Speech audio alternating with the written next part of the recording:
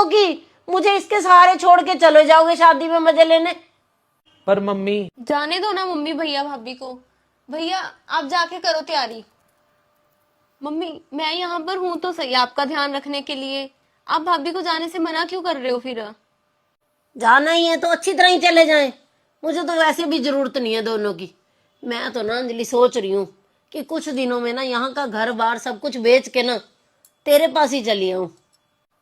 Mummy ऐसी बात आप गलती से भी दोबारा मत बोलना। आप मेरे पास कैसे आ सकते हो मम्मी? क्यों? तू भी तो मेरी बेटी है, तू नहीं मेरी सेवा कर सकती? अरे नहीं मम्मी, मैं आपकी सेवा करने से थोड़ी मना कर रही हूँ। पर मम्मी ससुराल में भी मेरी बहुत सारी जिम्मेवारियां हैं, वहां पे मेरे सास ससुर हैं, उनके प्रति भी मेरे कुछ फर्ज बनते हैं। मम्मी आप ना ये प्रॉपर्टी के घमंड में आके ना कुछ भी बोलते जा रहे हो।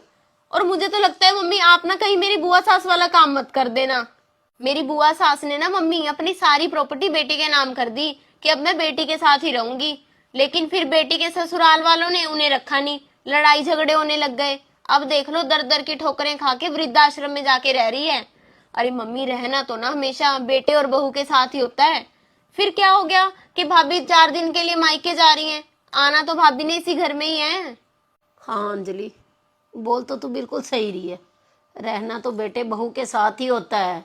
और बहुत सारे घरों में ये चल रहा है अब कि अपने बेटे और बहू को धमकी देते रहते हैं। बेटे के पास चली जाऊंगी, प्रॉपर्टी उसके नाम कर दूंगी। भाई गारंटी है क्या? लिखा होता है कहीं पे कि बेटा आपकी सेवा नहीं कर रहा तो बेटी आपकी सेवा करेगी? बेटी शादी करके दूर जा चुकी है, बेटा बहू के साथ आप रह रहे हो।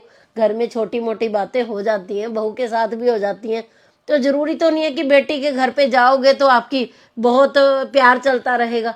हो सकता है वहां पे आपकी बेटी भी कुछ बोल सकती है, आपको कोई अच्छा बुरा कह सकती है। तो भाई इन बातों को ना समझना चाहिए। दुनिया की कुछ रीत बनी हुई है, कुछ रिवाज बने हुए हैं। अपनी बेटी को एक ही सिखाओ कि जाके अपने सास ससुर की सेवा कर, और अपनी सेवा आप बहू से भी करवा सकते हो। बेटी को सही शिक्षा दोगे ना तो आपको बहू भी जरूर अच्छी मिलेगी। स्टोरी अच्छी लगी हो तो इसे शेयर जरूर कर देना। और जो नए लोग हमारी स्टोरी देख रहे हैं ऐसी ही और